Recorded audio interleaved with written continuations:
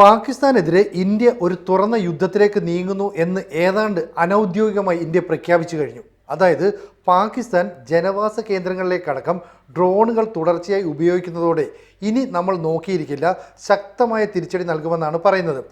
ബുരിയൻ ഉൽ മസൂർ, അതായത് തകർക്കാനാവാത്ത മതിൽ എന്ന പേരിൽ പാകിസ്ഥാൻ ഇന്ത്യക്കെതിരെ യുദ്ധപ്രഖ്യാപനം നടത്തി. അതായത് അവരുടെ ഓപ്പറേഷൻ തന്നെ അവർ പേരിട്ടു തകർക്കാനാവാത്ത മതിൽ.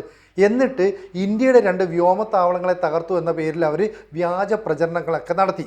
അതിനെ ഇന്ത്യ ഔദ്യോഗികമായി, അതായത് സൈനിക മേധാവികൾ രംഗത്ത് വന്ന് വാർത്താ സമ്മേളനം നടത്തിയിട്ട് പറഞ്ഞു, ഇത്തരത്തിൽ പറയുന്ന പ്രചരണങ്ങൾ കുപ്രചരണമാണ്, അത് ശരിയല്ല. പക്ഷേ പാകിസ്ഥാൻ ശക്തമായി ഇന്ത്യക്ക് നേരെ ആക്രമണം നടത്തുന്നു. അത് ഡ്രോണുകൾ ഉപയോഗിച്ചാണ്, ദീർഘദൂര മിസൈലുകൾ ഉപയോഗിച്ചാണ്, ഫൈറ്റർ ജെറ്റുകൾ ഉപയോഗിച്ചു, മിലിറ്ററി സംവിധാനങ്ങൾ ഉപയോഗിച്ചു. അപ്പോൾ ഇത്തരത്തിൽ ആക്രമണം നടത്തുമ്പോൾ അത് സാധാരണക്കാരായ സിവിലിയൻസിന് നേരെയാണ് ഉണ്ടാകുന്നത്. പ്രത്യേകിച്ച് ജമ്മു കാശ്മീരിലെയും പഞ്ചാബിൻ്റെയും ഒക്കെ അതിർത്തി മേഖലകളിൽ നമ്മുടെ ആശുപത്രികൾക്ക് നേരെ, അതായത് സൈനിക ഹോസ്പിറ്റലുകൾക്ക് നേരെ, വിദ്യാഭ്യാസ സ്ഥാപനങ്ങൾക്ക് നേരെ, അതുപോലെ തന്നെ സൈനിക ക്യാമ്പുകൾക്ക് നേരെ തുടർച്ചയായി ആക്രമണം നടത്താൻ ശ്രമിച്ചു. പക്ഷേ നമ്മൾ ഒന്നിനു പുറകെ ഒന്നായി ഇതിനെയെല്ലാം തകർത്തെറിഞ്ഞിട്ടുണ്ട്. മാത്രമല്ല പാകിസ്ഥാൻ്റെ 6 ആർമി കേന്ദ്രങ്ങൾക്ക് നേരെ നമ്മൾ ആക്രമണം നടത്തി. അപ്പം ചെറിയ തോതിൽ നമുക്ക് ചില നാശനഷ്ടങ്ങൾ ഉണ്ടായിട്ടുണ്ടെങ്കിലും 2 ആർമി കേന്ദ്രങ്ങൾ പാകിസ്ഥാൻ്റെ പൂർണ്ണമായിട്ടും നമ്മൾ തകർത്തു. അപ്പോൾ ശക്തമായ തിരിച്ചടിയാണ് നൽകുന്നത്. അപ്പം യുദ്ധവിവരങ്ങളൊക്കെ കൃത്യമായിട്ട് നമ്മൾ അനലൈസ് ചെയ്യുകയും പാകിസ്ഥാൻ തെറ്റായ വിവരങ്ങൾ പ്രചരിപ്പിക്കുകയുമാണ് ചെയ്യുന്നത്. അതുകൊണ്ട് തന്നെ ഇനി നമ്മൾ നോക്കിയിരിക്കില്ല, ശക്തമായ ആക്രമണം നടത്തും. ഇതിന് മറ്റൊരു കാരണം കൂടിയുണ്ട്. കാരണം പാകിസ്ഥാൻ ഒരു കുതന്ത്രം ഇവിടെ പ്രയോഗിച്ചിരുന്നു കഴിഞ്ഞ ദിവസം. അതായത് ഇന്ത്യ ഈ പാസഞ്ചർ വിമാനങ്ങളൊന്നും കടന്നു പോകാതിരിക്കാനായി നമ്മുടെ വ്യോമാതിർത്തി അടച്ചു. പക്ഷേ പാകിസ്ഥാൻ ബുധനാഴ്ച മുതൽ തന്നെ രാജ്യാന്തര വിമാനങ്ങൾ കടന്നു പോകുന്ന വ്യോമാതിർത്തി തുറന്നു വെച്ചു. എന്നിട്ട് ഡ്രോണുകൾ ഉപയോഗിച്ച് ആക്രമണം നടത്തി. ഏതാണ്ട് 36 സ്ഥലങ്ങളിലേക്ക് 400 ഡ്രോണുകൾ വരെ വിക്ഷേപിച്ചു എന്നാണ് ഇന്ത്യ ഔദ്യോഗികമായി ഇപ്പോൾ അറിയിച്ചത്.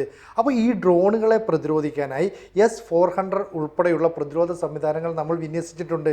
ആ രീതിയിലൊരു ആക്രമണം നമ്മൾ നടത്തിയാൽ ഒരുപക്ഷെ ഡ്രോണുകൾ തകരുന്നതിനൊപ്പം തന്നെ ഈ പാസഞ്ചർ വിമാനങ്ങൾക്കും കേടുപാടുകൾ പറ്റാം.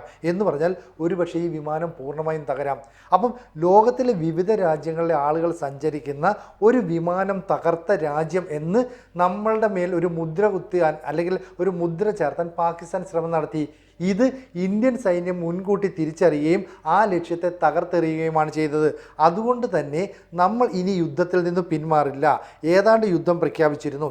ഇനി നമ്മൾ എയർക്രാഫ്റ്റുകൾ ഉപയോഗിച്ച്, അതുപോലെ തന്നെ ഡ്രോണുകൾ ഉപയോഗിച്ച്, ലോങ് റേഞ്ച് മിസൈലുകൾ ഉപയോഗിച്ച് ശക്തമായ ആക്രമണം നടത്തുമെന്ന് പ്രഖ്യാപിച്ചു. പടിഞ്ഞാറൻ അതിർത്തിയിൽ പാകിസ്ഥാൻ നിരന്തരമായി ആക്രമണം നടത്തുന്നുവെന്ന് നമ്മൾ തിരിച്ചറിഞ്ഞിട്ടുണ്ട്. അതുകൊണ്ട് തന്നെ അവിടേക്ക് ദീർഘദൂര മിസൈലുകളും ഡ്രോണുകളും യുദ്ധവിമാനങ്ങളും ഉപയോഗിച്ചുകൊണ്ടുള്ള ആക്രമണങ്ങൾ നടത്താനായിട്ട് നമ്മൾ ഇനി തീരുമാനിക്കുകയാണ്. അപ്പോൾ പാക് സൈന്യം ഇന്ത്യൻ ലക്ഷ്യം വെച്ച് നീങ്ങുന്നതായി ശ്രദ്ധയിൽപ്പെട്ടിട്ടുണ്ട്. അതുകൊണ്ട് തന്നെ നമ്മൾ ഇനി ശക്തമായ തിരിച്ചടിയിലേക്ക് നീങ്ങുകയാണ്. അപ്പോൾ വെടിനിർത്തൽ കരാർ തുടർച്ചയായി പാകിസ്ഥാൻ ലംഘിച്ചു. ഇനി തിരിച്ചടി നൽകിയേ പറ്റുള്ളൂ. മാത്രമല്ല നമ്മുടെ സ്കൂളുകൾക്ക്, അതുപോലെ തന്നെ ചില ആശുപത്രികൾക്കൊക്കെ നേരെയാണ് പാകിസ്ഥാൻ ആക്രമണം നടത്താനായിട്ട് ലക്ഷ്യം വെച്ചത്. 20ലധികം കേന്ദ്രങ്ങൾ അവർ ലക്ഷ്യം വെച്ചു. കഴിഞ്ഞ ദിവസം നമുക്കറിയാം 36ഓളം കേന്ദ്രങ്ങളെ ലക്ഷ്യം വെച്ചാണ് പാകിസ്ഥാൻ ഡ്രോണുകളൊക്കെ വിക്ഷേപിച്ചത്. അതിൽ പലതും നിയന്ത്രണ രേഖയ്ക്ക് സമീപം തന്നെ തകർന്നു വീഴുന്ന സാഹചര്യവും ഉണ്ടായിട്ടുണ്ട്. ഇപ്പം നമ്മുടെ വിംഗ് കമാൻഡറായ വ്യോമിക സിംഗ്, വിദേശകാര്യ സെക്രട്ടറി വിക്രം മിശ്രി, കേണൽ സോഫിയ ഖുറേഷി എന്നിവർ വാർത്താ സമ്മേളനം നടത്തിയിട്ടാണ് പറഞ്ഞത് പാകിസ്ഥാൻ തുടർച്ചയായിട്ട് വെടിനിർത്തൽ കരാർ ലംഘിച്ചുകൊണ്ടിരിക്കുകയാണ്. മാത്രമല്ല ഈ വ്യോമാക്രമണ ശ്രമങ്ങളെല്ലാം തന്നെ നമ്മൾ തകർത്തപ്പോൾ പാകിസ്ഥാൻ ഈ പാസഞ്ചർ വിമാനങ്ങളെ മറയാക്കി ആക്രമണത്തിന് ശ്രമം നടത്തി. 26ലധികം ലക്ഷ്യങ്ങളാണ് അവർ മുന്നോട്ട് വെച്ചത്. അതുകൊണ്ട് തന്നെ ഇനി നമ്മൾ ഇത് നോക്കിയിരിക്കില്ല. കഴിഞ്ഞ ദിവസം രാത്രിയിൽ 1:40 അതിവേഗ മിസൈലുകൾ പാകിസ്ഥാൻ പ്രയോഗിച്ചിട്ടുണ്ട്. ആരോഗ്യ കേന്ദ്രങ്ങളും സ്കൂളുകളും അവർ ലക്ഷ്യം വെച്ചെന്ന് സോഫിയ ഖുറേഷി കൃത്യമായിട്ട് വ്യക്തമാക്കുന്നുണ്ട്.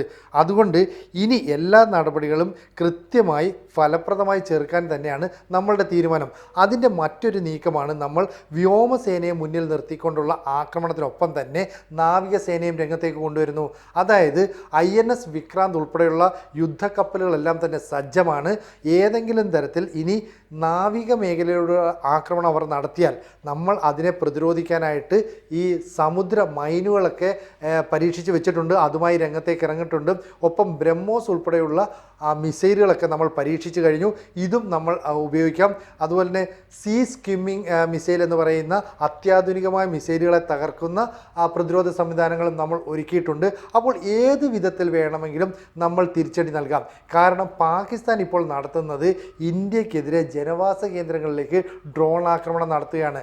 അവർ വലിയ പട്ടിണിയിലാണ്, നഷ്ടപ്പെടാൻ ഒന്നുമില്ല. അതുകൊണ്ട് എങ്ങനെയെങ്കിലും ഇന്ത്യയെ തകർക്കുക. അപ്പോൾ ഇവിടെ ആരാണ് ഇതിനൊക്കെ നേതൃത്വം നൽകുന്നതെന്ന് വലിയൊരു സംശയമുണ്ട്. പ്രധാനമന്ത്രിയായ ഷഹബാസ് ഷെരീഫിനെ കാണാനില്ല. അവരുടെ ആക്രമണങ്ങൾക്കെല്ലാം തന്നെ ചുക്കാൻ വഹിച്ചു, അല്ലെങ്കിൽ ഇതിനെല്ലാം തുടക്കം കുറിച്ചു എന്ന് കരുതുന്ന പാക് സൈനിക മേധാവി അസിം മുനീറിനെ കാണാനില്ല. ഇയാൾ ഇതിനിടയ്ക്ക് ലണ്ടനിലെ അക്കൗണ്ടിലേക്ക് 2600 കോടിയിലധികം രൂപയുടെ ട്രാൻസാക്ഷൻ നടത്തിയതിൻ്റെ തെളിവുകൾ പുറത്തു വരുന്നു എന്ന് പറഞ്ഞാൽ രാജ്യം വിട്ടുപോകാനുള്ള സാധ്യതയുണ്ട്. നേരത്തെ തന്നെ ഇയാൾ കുടുംബാംഗങ്ങളെ രാജ്യത്തിന് പുറത്തേക്ക് എത്തിച്ചിരുന്നു. അപ്പം നേരത്തെ അയൂബ് ഖാനെ പോലെയുള്ള അല്ലെങ്കിൽ പട്ടാള അട്ടിമറി നടത്തിയ പർവേസ് മുഷറാഫിനെ പോലെയുള്ള സൈനിക മേധാവികൾക്ക് എന്ത് സംഭവിച്ചോ അത് തന്നെ അസിം മുനീറിനെയും കാത്തിരിക്കുന്നുണ്ട്. ഏതാണ്ട് സമാനമായ വിധി അങ്ങനെ ഉണ്ടാവുകയാണെങ്കിൽ എന്താ പറയുന്നത്, കാലം കാത്തുവെച്ച ഒരു നീതിയാണെന്ന് നമുക്കതിനെ പറയേണ്ടി വരും. അപ്പം ഏത് സാഹചര്യത്തിലും ഇന്ത്യക്കെതിരായ ഭീഷണി ഉണ്ടായാൽ ശക്തമായ തിരിച്ചടി നൽകുമെന്ന് നമ്മൾ ഔദ്യോഗികമായി തന്നെ വ്യക്തമാക്കിയിരിക്കുകയാണ്. കാരണം അതിർത്തി മേഖലകളിൽ ഇരുട്ടിൻ്റെ മറവിൽ ആക്രമിക്കാനാണ് പാകിസ്ഥാൻ ശ്രമിക്കുന്നത്. പലപ്പോഴും അവർ പരാജയപ്പെടുമ്പോൾ പറയുന്നത് ഞങ്ങൾ എയർക്രാഫ്റ്റുകൾ ഉപയോഗിച്ച് ഡ്രോണുകൾ ഉപയോഗിച്ച് ഇന്ത്യക്കെതിരെ ആക്രമണം നടത്തി, ഇന്ത്യയുടെ ആർമി കേന്ദ്രങ്ങൾ തകർത്തു. പക്ഷേ ഇങ്ങനെ ഒരു ആർമി കേന്ദ്രങ്ങളൊന്നും തകർക്കപ്പെട്ടില്ല എന്നും നമ്മുടെ സൈനിക ആശുപത്രിക്ക് നേരെയും വിദ്യാഭ്യാസ സ്ഥാപനങ്ങൾക്ക് നേരെയും അവർ ആക്രമണത്തിന് ലക്ഷ്യം വെച്ചു എന്നുള്ളതും അതിനെ കൃത്യമായിട്ട് നമ്മളുടെ പ്രതിരോധ സംവിധാനം ഉപയോഗിച്ച് തകർത്തു എന്നും വാർത്താ സമ്മേളനത്തിൽ ഔദ്യോഗികമായി തന്നെ നമ്മുടെ വക്താക്കൾ പറഞ്ഞിട്ടുണ്ട്. ഇനി ഞങ്ങൾ നോക്കിയിരിക്കില്ല. അതായത് ഒരു യുദ്ധ പ്രഖ്യാപനം തന്നെ ഇന്ത്യ നടത്തിയിരിക്കുന്നു. അതായത് നമ്മുടെ ആയുധ ശേഖരത്തിലുള്ള ആയുധങ്ങളുടെ ഏതാണ്ട് 10% പോലും നമ്മളെടുത്ത് ഉപയോഗിച്ചിട്ടില്ല. ഇപ്പോൾ നടന്നതെല്ലാം തന്നെ പാക് അറ്റാക്കിനെ നമ്മൾ പ്രതിരോധിക്കുക മാത്രമാണ് ചെയ്തത്.